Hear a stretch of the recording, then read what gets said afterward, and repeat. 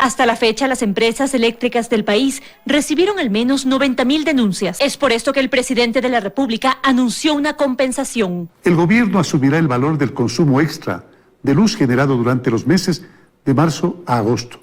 Para esto se emitirán nuevas planillas de pago que tendrán los mismos valores de las planillas de esos meses del año pasado. No hace falta ir a hacer el reclamo.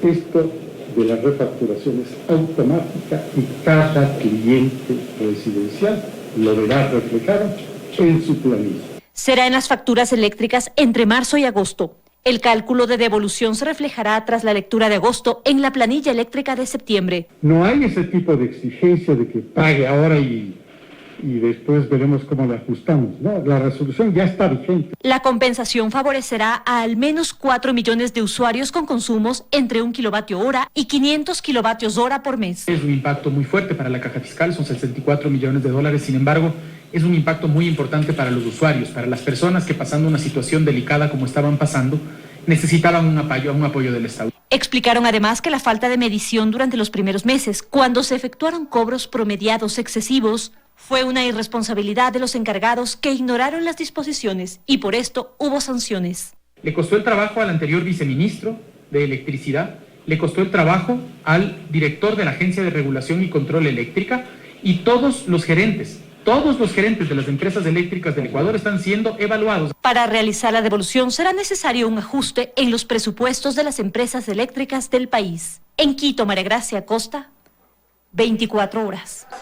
El COE Nacional emitió 16 medidas de cumplimiento obligatorio en todo el país sin distinción del color del semáforo en el que se encuentre cada cantón. Muchas de ellas ratifican las disposiciones que ya se habían dado anteriormente.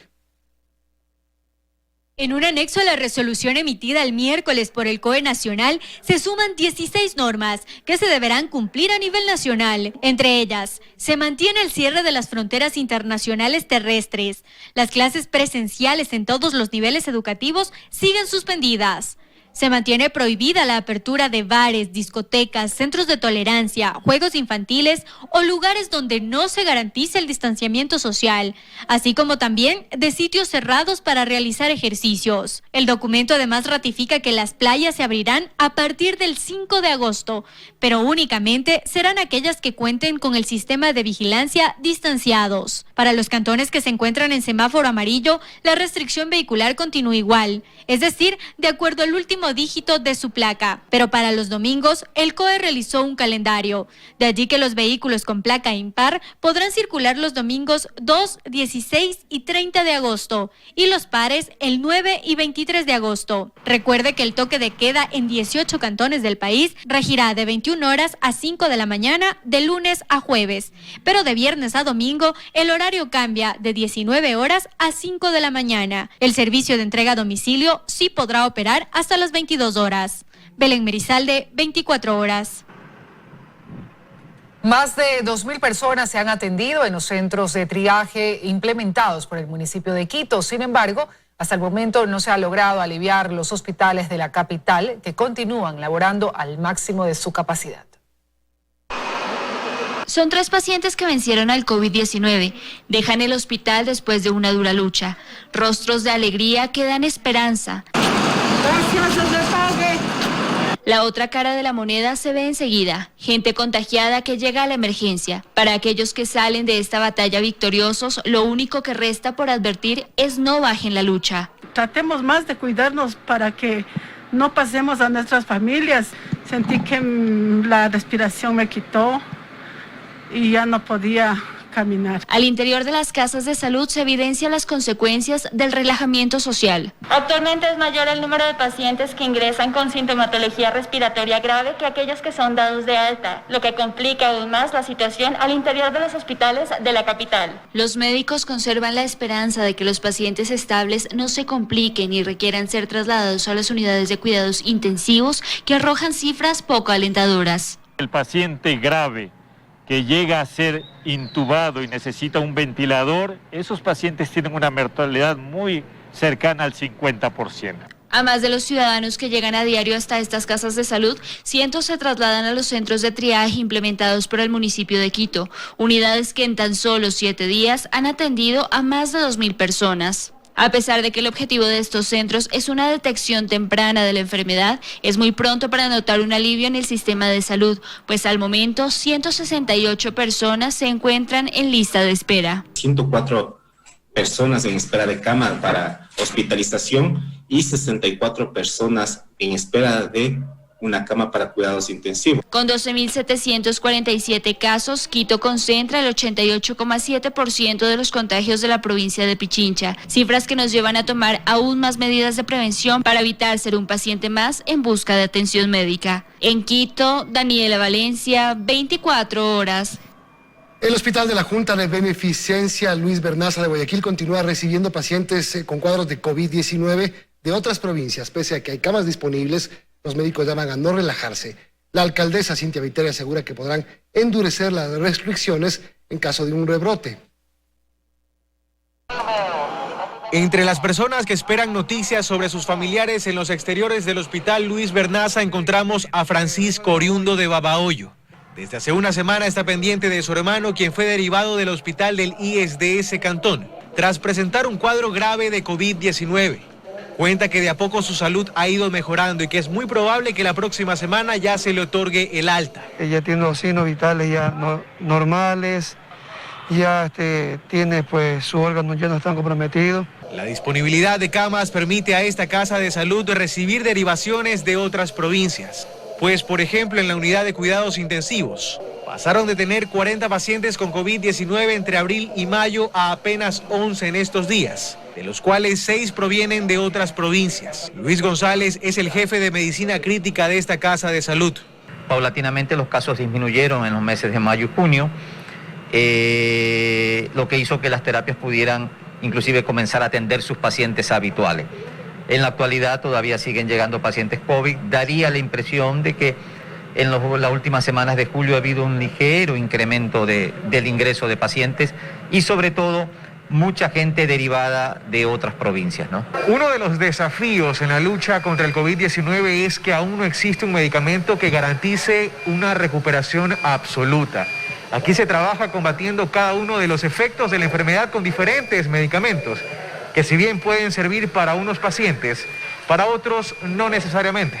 Lo único que sabemos con algunos medicamentos como los corticoides, el Remdesivir que fue aprobado en Estados Unidos, es que disminuyen algunos la mortalidad y disminuyen la estancia hospitalaria, pero no hay hasta la actualidad un medicamento que combata 100% la enfermedad.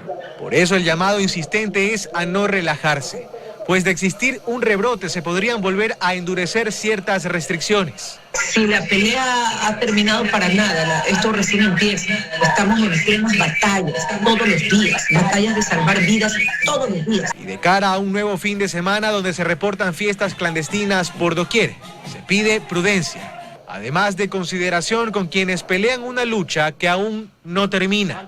En Guayaquil, Carlos Acoto, 24 horas. Los alcaldes de varios cantones de la Sierra Central estaban a la espera del endurecimiento de las medidas de restricción que incorporó ayer el COE Nacional. En estas zonas del país, las unidades de cuidados intensivos están colapsadas o cerca del colapsar.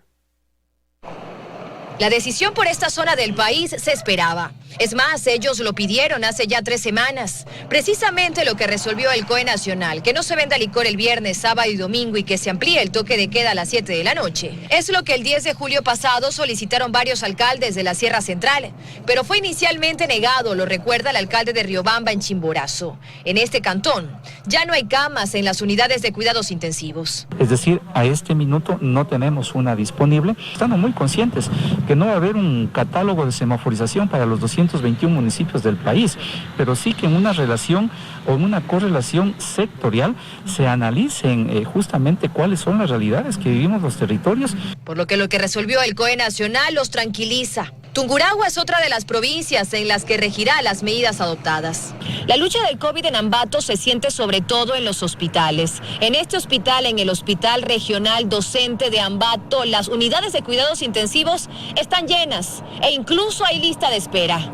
En esta ciudad, donde se estima que los contagios sigan en ascenso otras 3 o 4 semanas, los cantones más críticos son también donde hay mayor irrespeto a las medidas. la parroquia La Matriz, la parroquia Santa Rosa, en la cual nos encontramos, la parroquia de Izamba y lógicamente también la parroquia de Huachi, Huachichico y Huachi Grande. En esos mismos sectores también se da una mayor cantidad de contagios. En Ambato, el ECU 911 ha recibido 1.207 llamadas de alerta por libar en la vía pública, 8.072 por escándalos, en muchos casos en entornos de consumo de alcohol, y 2.857 llamadas por irrespeto al toque de queda. En Guaranda, en la provincia de Bolívar, también esperaban la decisión del COE, pues el sistema de salud casi no da más. 7 camas en cuidados intensivos, de las cuales 6 están utilizadas, entonces significa que tenemos solo 1 y de esa práctica estamos llegando ya al tope de poder entrar a colapsar. Mientras que en Cotopaxi la situación también es difícil, entendiendo que los 7 cantones de la provincia cuentan con un solo hospital, el de La Tacunga, donde 9 de las 10 camas de la unidad de cuidados intensivos está ocupada. Este hospital no era Hospital Centinela. Los pacientes con COVID en esta provincia eran derivados a hospitales en Riobamba o Quito, pero esos centros ya no están en capacidad para recibirlos. Estos cantones y provincias de la Sierra Central, que hoy comparten complicaciones, ven en las decisiones del COE Nacional, que para ellos se necesitaban desde hace ya 3 semanas, un respiro para un sistema de salud que agoniza. Dayana Monroy, 24 horas. Más coincidencias aparecen entre el Club 9 de Octubre de Abdalá Bucaram Puley, Daniel Salcedo y los hospitales del Seguro Social. Quienes integrarían la directiva del club resultan ser proveedores de los hospitales Teodoro Maldonado Carbo y Ceibos.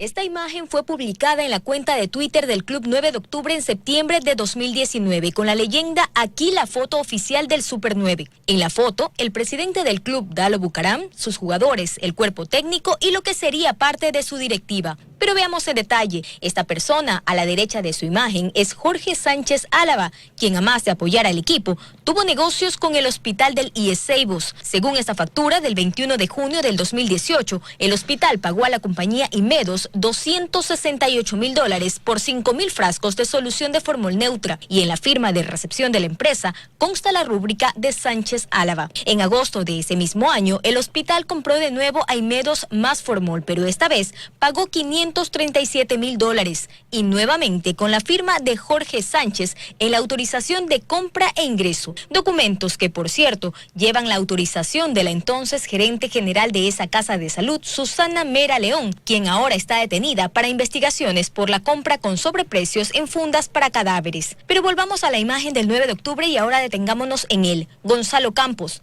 el mismo nombre que aparece en otras fotos junto a Dalo Bucaram y Daniel Salcedo, el mismo que tenía una suite a su nombre en Torres Colón y donde, según las bitácoras del inmueble, Daniel Salcedo se reunía frecuentemente con Dalo Bucaram. Para esos meses, Campos era un personaje cercano a Luis Jairal Azunino, quien entonces ostentaba el cargo de gerente del hospital Teodoro Maldonado Carbo y ahora es investigado por peculado y delincuencia organizada. Y sobre los auspicios que sostienen al club, Dalo Bucaram aclaró sin dar nombres que son varias las marcas que lo ayudan a mantenerse. Ahora sabemos que entre sus auspiciantes están sus propios negocios, la Sazón de Gaby, la carretilla de propiedad de su esposa que vendía hamburguesas afuera de su casa, y WordLex, un estudio jurídico de Dalo Bucaram.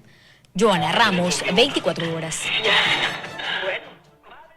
Fiscalía solicitó la prisión preventiva para las 15 personas que se busca involucrar por asociación ilícita en el marco de la investigación por la venta de insumos médicos a hospitales en Guayaquil. La audiencia de formulación de cargos continúa en desarrollo. Cerca de las 9 de la mañana arrancó la audiencia en la Unidad Judicial Albán Borja de Guayaquil. La cantidad de abogados era tal que la diligencia tuvo que desarrollarse en 2 salas por el aforo permitido. Y es que son 15 las personas que Fiscalía busca involucrar por asociación ilícita en el marco de la investigación por la venta ilegal de insumos médicos a hospitales de Guayaquil. La Fiscalía solicitó la prisión preventiva para todos. Solicitó dicha medida cautelar porque, según ella, no se establece de que los investigados van a comparecer a juicio. Dentro de las 15 personas están los hermanos Michel, Jacobo y Dalo Bucaram Puley. Jacobo Bucaram también es investigado por tráfico de bienes patrimoniales junto a su padre, el expresidente Abdalá Bucaram Ortiz. La esposa de Dalo, Gabriela Pazmiño, también forma parte de las 15 personas. La Fiscalía ha presentado conversaciones y reuniones de la familia Bucaram, en este caso a la jueza Yanela Noritz. Ha presentado reuniones, conversaciones, pero de ninguna índole el reunirse o conversar es un ilícito. La defensa de Gabriela Pazmiño indica que no retornan al país por la prohibición de ingreso a los vuelos internacionales. Sin embargo, las aerolíneas llegan a Guayaquil desde junio. ¿Por qué no pueden volver? Es de carácter público y de conocimiento público que los aeropuertos con vuelos internacionales no pueden llegar acá al país todavía. Los hermanos Noé y Daniel Salcedo también están dentro de este caso. Luis Jairala Zunino y Jorge Enríquez, ex funcionarios del Hospital Teodoro Maldonado Carbo, se suman a la lista de los 15. Jorge San Lucas, socio de los hermanos Salcedo e investigado también por lavado de activos, además de Estefano Adún, investigado por fraude procesal, también enfrentan el caso de asociación ilícita. Hasta el cierre de este reportaje, la diligencia continúa en desarrollo. En Guayaquil, Luis Alfredo Zúñiga, 24 horas. La Presidencia del Gobierno acepta extender por 24 horas hábiles el plazo de votación a los tenedores de bonos de la deuda externa ecuatoriana. El Ministerio de Economía informó que durante la audiencia efectuada hoy en Nueva York por una acción legal presentada por 2 grupos de tenedores, se aceptó cambiar el cierre de la votación del 31 de julio al 3 de agosto. Según el Gobierno, este tiempo permitirá alcanzar un consenso para que la propuesta planteada por el Ecuador tenga la cantidad necesaria de adhesiones para lograr el acuerdo general de reestructuración. Otra queja que complica al sector textil son los catálogos dinámicos inclusivos. Esta modalidad de contratación pública fue creada para permitir que micro y pequeñas empresas, artesanos o actores de la economía popular y solidaria puedan contratar con el sector público en diversos servicios. La crisis textilera afecta a varios eslabones de la cadena productiva ecuatoriana. Sin embargo, los pequeños artesanos y actores de la economía popular y solidaria tienen sus propios conflictos en medio del sistema de contratación del que pensaron podían beneficiarse con justicia. Es decir, con los catálogos dinámicos inclusivos. Por miedo a represalias ocultan su identidad, pero ahora también ellos cuentan sus conflictos. No es transparente las personas que ingresan al catálogo, porque son personas que no saben de la actividad y por ende simplemente lo que hacen es crean una empresa, llamémosles así, talleres fantasmas, están durante el proceso y luego desaparecen. Muchos de ellos se van sin cancelar la tela. La economía popular y solidaria que formalmente demuestre y legalmente demuestre que es confeccionista, adelante. Pero el que no es realmente un confeccionista de la economía popular y solidaria no debe estar con esos privilegios. Y segundo, no puede ser el mecanismo casi exclusivo de contratación junto con el régimen especial. Aquí hay que fomentar la competencia. Inicialmente este catálogo tenía menos de 1,000 personas a quienes les adjudicaban los kits, por ejemplo, para el caso de confección de uniformes. Pero ahora el número creció y según el presidente de la AIT, serían más de 6,000 los inscritos. Esto habría traído otros problemas. Usted se podía encontrar con personas naturales que recibían 800 kits cuando su capacidad productiva no era esa. Yo tengo que pagar para que me den más cantidad de kits, porque a una asociación de 10 personas, 250 kits ya no les significa negocio. Según el director del Servicio de Contratación Pública, es positivo este tipo de formatos que democratizan y permiten el acceso de todos. El catálogo está destinado para la producción nacional de pequeños proveedores. Cuando me dicen que hay denuncias respecto al catálogo, podría existir, no lo niego, pero lo que yo digo es, veamos el objetivo, y el objetivo es la inclusión de los pequeños productores en la venta del Estado, en la venta pública. Eso es importantísimo. Sin embargo, otra denuncia que hacen quienes son parte del catálogo se relaciona con el pago. Para poder cobrar es lo mismo. El artesano se ve abocado a tener que dar un porcentaje del dinero que tiene que recibir para poder cobrar, estar entre los primeros de la lista, porque si no, lastimosamente se queda a la espera. Si alguien está solicitando dinero, eso es un delito y hay que denunciarlo en la fiscalía para que vayan presos. Y desde el gremio de los textileros dicen que no hay exigencia para el componente nacional. Dentro del catálogo dinámico inclusivo hay 0 control del componente nacional. Ahí no hay garantía alguna que las confecciones de esas prendas se hagan con insumos ecuatorianos. Todos estos aspectos colaboraron a la crisis del sector textil, que pide que se respeten las normativas. Y en este momento, la contratación de proveedores ecuatorianos para evitar el cierre de industrias y la pérdida de más empleo. En Quito, María Gracia Acosta, 24 horas. Petroecuador y OCP afirman que han completado un 92% de la remediación a la contaminación causada por la rotura de los oleoductos a consecuencia del proceso de erosión regresiva del río Coca. Ambas empresas aseguran que han trabajado en conjunto para asistir a las comunidades afectadas. La erosión regresiva del río Coca tomó por sorpresa a las empresas que transportan crudo desde la Amazonía al resto del país. Aunque sabían de los riesgos, el evento natural fue tan rápido que no dio tiempo a realizar un nuevo trazado. En el momento que se dio el derrame, pues tuvimos alertas en días previos, sí, pero no como para tener ya el tiempo suficiente de poder realizar en esos días un bypass. Tampoco era una opción detener el paso de crudo durante días o semanas sin tener información precisa de lo que iba a suceder, qué punto de la montaña se iba a derrumbar o en cuánto tiempo iba a llegar. Y es que la erosión del río Coca sucede en dos fases. La primera de forma longitudinal siguiendo el lecho del río, pero continúa días después de manera lateral, con las paredes de las montañas continuamente derrumbándose. En todo caso, según los representantes de ambas empresas, se siguieron los protocolos inmediatos. Avisar a el municipio del Coca para que cierren la entrada de la toma de agua potable del Coca, que eso es lo más importante que había que proteger en ese momento. Sin embargo, muchos indígenas fueron tomados por sorpresa, debido a que el derrame ocurrió en la noche y la pesca se realiza de madrugada. Hoy, Petroecuador y OCP S.A. afirman que están a punto de terminar la remediación del derrame. En principio, junto con el Ministerio de Ambiente, se determinaron 189 puntos de atención. Tenemos un avance del 93.12% con el trabajo de manera simultánea de 3 empresas remediadoras a lo largo de los ríos Quijos, Coca y Napo. Los directivos coinciden que remediar no significa recuperar todo el crudo regado, pero que de todas maneras se busca garantizar la seguridad del agua de manera científica. El único parámetro que nos avala para poder garantizar de que efectivamente está limpio o no es el muestreo físico-químico que se realiza tanto en agua como en suelo. Además del trabajo de remediación, las empresas petroleras aseguran haber entregado aproximadamente 24,000 kits de alimentos y más de 1.7 millones de litros de agua potable a las comunidades afectadas, así como atención médica a más de 5,000 personas. OCP y Petroecuador se encuentran actualmente trabajando en rutas alternas para sus oleoductos, pero mientras dure este proceso de erosión regresiva, no se podrá tener un trazado definitivo. Tomás Chufardi, 24 horas. Más noticias aquí en 24 horas. El Ministerio de Trabajo sostiene que existe preocupación, pues el sector informal ha crecido en el país por el desempleo. Por eso creen que una forma de crear fuentes de empleo es a través del contrato por obra o proyecto. Desde el 16 de marzo hasta el mes de julio en el país se han finalizado 289.258 contratos en varios sectores.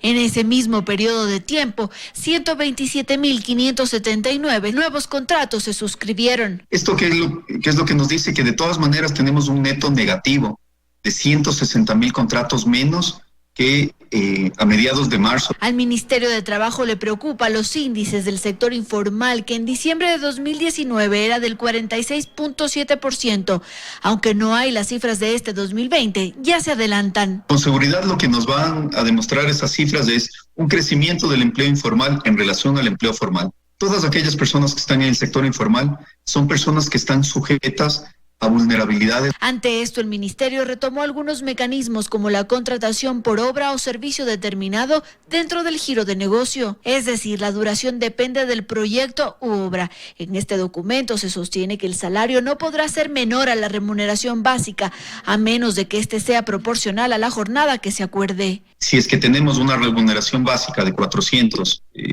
por 8 horas de trabajo y se trabaja 4 horas, el proporcional serían 200. El empleador puede pagar por día, por semana, de manera quincenal o de manera mensual. Los trabajadores deberán ser registrados en la Seguridad Social y las aportaciones y demás beneficios de ley se pagarán sobre la jornada y remuneración acordada. Este tipo de contratación es diferente a lo establecido en la ley humanitaria, pues allí se establece un contrato emergente con un tiempo fijo de duración. En Quito, Andrea Samaniego, 24 horas.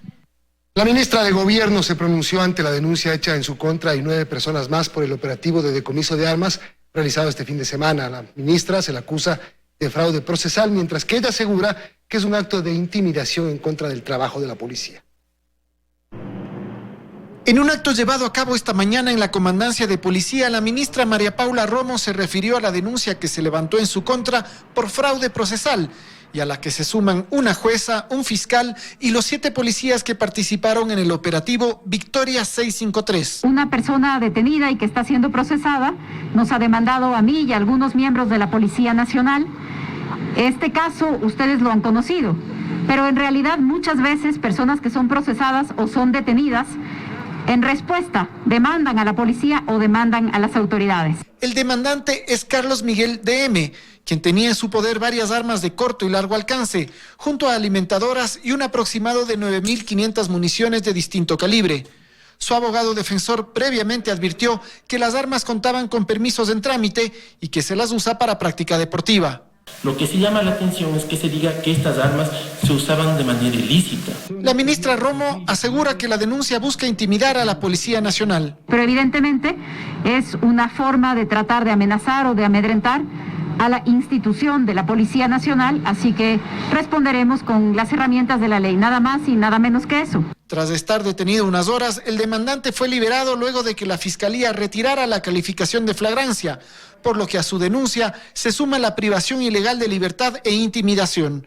Así que le daremos la misma respuesta que a todos los otros casos, que es presentarnos, comparecer en el proceso, responder y que la investigación se dirige en donde tiene que estar, en los investigados y no en los investigadores. El origen y uso de este armamento continúa en investigación.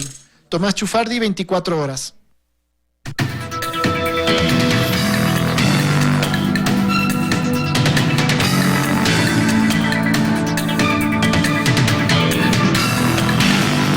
Tu salud. Hola amigos, bienvenidos nuevamente a su programa Por tu Salud. Pues hoy vamos a hablar del acné mecánico. Esta variante de acné que se precipita por la combinación de presión, fricción, oclusión, frotamiento y calor. Esto promueve la aparición de los famosos comedones, pápulas, pústulas o espinillas que se dan en zonas inflamadas y que están cubiertas por diferente tipo de aparatos. Puede ser ropa, uniformes o equipos de protección, en este caso las famosas mascarillas o respiradores. Las lesiones resultan del bloqueo de lo que nosotros conocemos como la unidad pilo-sebácea, donde hay un pelito y obviamente tenemos la salida de sebo. Esto promueve la formación de comedones, inflamación, espinillas y eventualmente acné, especialmente en las zonas donde hacen fricción el uso de mascarillas y respiradores, muy común entre personal médico y personal de primera línea que está todo el tiempo con su mascarilla. Debido a la pandemia de COVID-19 y obviamente en consecuencia a la prevención, han aparecido de manera alarmante el número de casos que presentan acné en estas zonas. Muchas veces no se complican y no requieren mayor tratamiento. Sin embargo, este uso ajustado de mascarillas en zonas de piel donde hay calor, donde existen zonas ásperas dentro del mismo proceso de la mascarilla, pues pueden dar lugar a la acumulación de calor, humedad y las bacterias que siempre están en la piel. Esto predispone a la alteración de lo que nosotros conocemos como la barrera cutánea, potencialmente dando lugar a que se infecten estas zonas. Nosotros entendemos que la protección y el uso de mascarillas es fundamental para prevenir la aparición de COVID-19. Sin embargo, también creemos que es importante cuidar la piel cuando vamos a estar expuestos a este tipo de respiradores o de mascarillas. Lavémonos la cara antes y después de usar las mascarillas, obviamente las manos, y lo más importante, si es que nosotros tenemos una lesión a nivel de la piel o a nivel facial, pues acudamos a nuestro dermatólogo de confianza. Ellos serán quienes, de la mano de la ciencia y la evidencia, nos pueden recomendar cualquier tipo de tratamiento que prevenga la aparición de estas complicaciones dermatológicas u obviamente la prevención. Y de esta forma nosotros nos sentiremos mucho más cómodos al usar la mascarilla, previniendo el acné en estas zonas de la cara que son muy molestas y que seguramente a todos ustedes en la casa, en los hospitales o en cualquiera de nuestros trabajos nos ha dado.